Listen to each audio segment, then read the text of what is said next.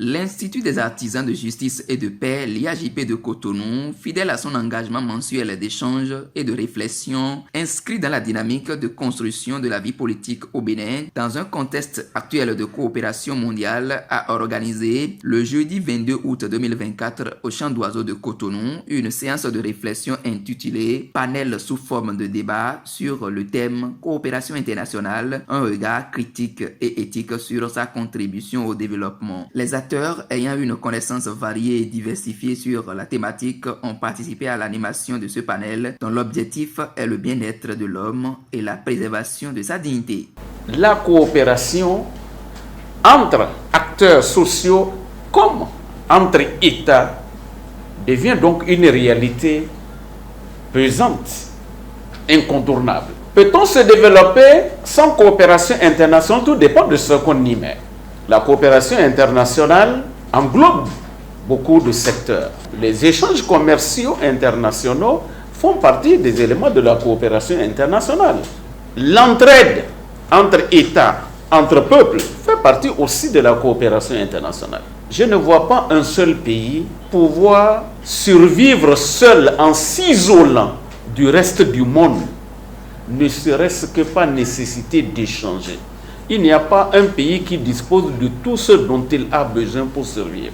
Alors pour moi, la question qui a suscité tout ce développement-là, qui cherche à savoir si en réalité l'Afrique profite vraiment ou bien est sur la scène de la coopération internationale, je dis oui, mais en réalité, les motivations premières de ces instances internationales, à mon sens, n'ont pas vraiment visé de nous aider. C'est ça qui vraiment a fait que ces pays ont émergé sur le plan économique et financier monétaire. Mais il faut avouer que nous sommes dans un monde d'interdépendance.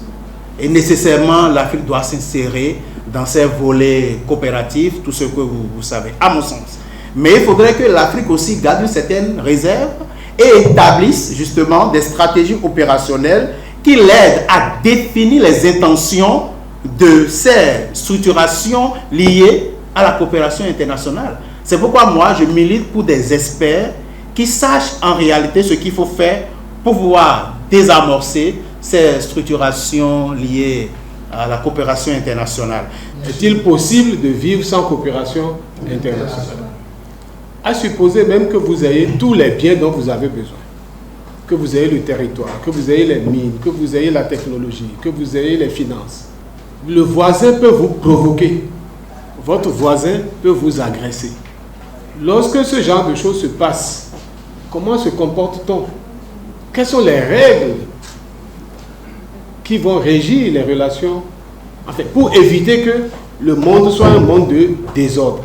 C'est pour ça que vous allez voir que, en plus de la question de la préoccupation de facteurs de développement, vous verrez que la coopération internationale est un outil de promotion de solidarité, mais aussi et surtout un outil de promotion de la paix.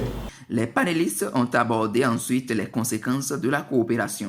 Lorsqu'on veut punir un État dans le concert des relations internationales aujourd'hui, on lui applique souvent des sanctions comme l'embargo, c'est-à-dire l'interdiction ou les restrictions de relations avec ce pays sur tous les plans. Et vous savez bien que quel que soit le pays au monde qui subit un embargo, une exclusion, cela a des conséquences. Le développement qu'il vient de faire montre très bien que la coopération internationale est devenue, pour les États développés ou les États, les puissances, un instrument de compétition entre eux. Vous avez la Russie qui est en compétition avec la France et les autres Européens, Américains, etc. Vous avez la Chine qui est en compétition avec l'Europe. Et donc, chacun d'eux a un intérêt à mettre le grappin sur l'Afrique. Bon, je ne suis pas un panafricaniste ni de gauche ni de droite, mais la question, à mon sens, est de revenir à nos valeurs patrimoniales pour savoir ce que l'Afrique a été par le passé. Parce qu'il y a quand même des scientifiques qui révèlent que l'option que nous gardons par rapport à la coopération internationale n'est pas la bonne. Quand on prend la partie ouest de l'Afrique, donc cette sous-région, nous voyons que avant même la période coloniale, il y a une certaine émergence de l'Afrique, quelque part. Et lorsque nous avons été insérés dans cette logique autarcique, il y a un rabais, il y a un certain délaissement même au niveau économique, etc.